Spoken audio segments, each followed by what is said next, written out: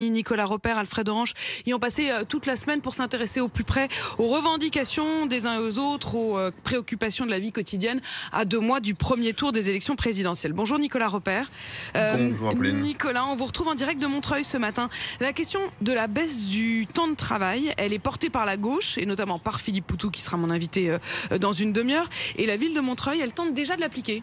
Eh bien oui Apolline, au moment du passage aux 35 heures, des villes en France avaient décidé de réduire le temps de travail de leurs agents communaux. C'est le cas à Montreuil où ces agents ont obtenu de travailler environ 33 heures par semaine. Mais une loi votée en 2019 impose désormais aux fonctionnaires territoriaux de repasser aux 35 heures. Sauf que cette loi des communes de gauche en Seine-Saint-Denis refuse de l'appliquer. La justice s'en est mêlée, elle a tranché le mois dernier. Les agents comme Olivier Leray qui gère les crèches de la ville, ils vont devoir travailler plus. Une décision qui scandalise ce représentant de la CGT locale. Pour nous, c'est non seulement un acquis social qui est remis en cause, mais en plus, l'idée de travailler plus, si vous voulez, derrière, c'est bien cette notion de fonctionnaire, parce que symboliquement, travailler plus, ça veut dire que les fonctionnaires en font moins que les autres. Et nous, on n'a pas un contrat de travail avec le maire. On a un contrat de travail, nous, avec l'intérêt général. Donc c'est parce qu'on sert l'intérêt général, parce qu'on est désintéressé, parce qu'on se dévoue, parce qu'on est appelé le midi, le soir, etc., pour modifier nos horaires. C'est ça notre truc, ça c'est notre credo, ça.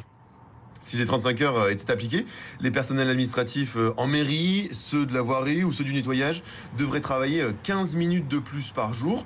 Cela permettrait à la commune d'économiser 4 millions d'euros par an, c'est ce que révèle un rapport de la Cour régionale des comptes. La ville de Montreuil ne peut absolument pas se passer de ces économies, c'est ce qu'affirme Julien Guillot, élu d'opposition Modem. Quand le maire combat le fait que les agents travaillent à 35 heures, qu'est-ce qu'il combat au final? Il combat le service public. Les agents travaillent pour le service public des habitants. Plus d'agents, plus d'heures d'agents de travail, c'est plus de personnes pour s'occuper des enfants, s'occuper des personnes âgées, instruire, je sais pas, une demande de permis de construire, donc des délais qui vont plus vite. C'est ça que combat le maire en refusant d'appliquer la loi et en refusant d'appliquer les 35 heures. Bon, pour travailler 15 minutes de plus par jour, ça pourrait se transformer comme à Marseille, on l'a vu, en grand bras de fer. On l'a appris cette semaine, Nicolas, la mairie donc ne compte pas respecter la décision de la justice et appliquer les 35 heures. Oui, le maire communiste de Montreuil fait appel de cette décision. Patrice Bessac en fait une question de principe pour les 2500 agents de sa ville. Ce temps de travail réduit, cela représente 2 jours de congés supplémentaires par an et par agent. Selon lui, la ville peut se le permettre. Nous pensons qu'il faut parfois avoir le courage de devenir un cas d'école. C'est ma foi que 2 jours de congés supplémentaires, ça existe dans le privé et il y a parfois des salaires qui ont beaucoup plus augmenté que dans la fonction publique où sur les petites catégories ils ont été bloqués. Que l'État s'occupe déjà de ces problèmes, ils sont nombreux et qu'il laisse les élus locaux investis par le suffrage universel aux responsabilités de leur mairie. Le gouvernement parle mal à des fonctionnaires qui font le travail sur le terrain. Alors, une des pistes envisagées par la mairie de Montreuil, c'est de consacrer ce temps de travail supplémentaire à la formation des agents, voire même de leur proposer des cours de sport. Pas certain que cette solution suffise pour apaiser les tensions avec l'État.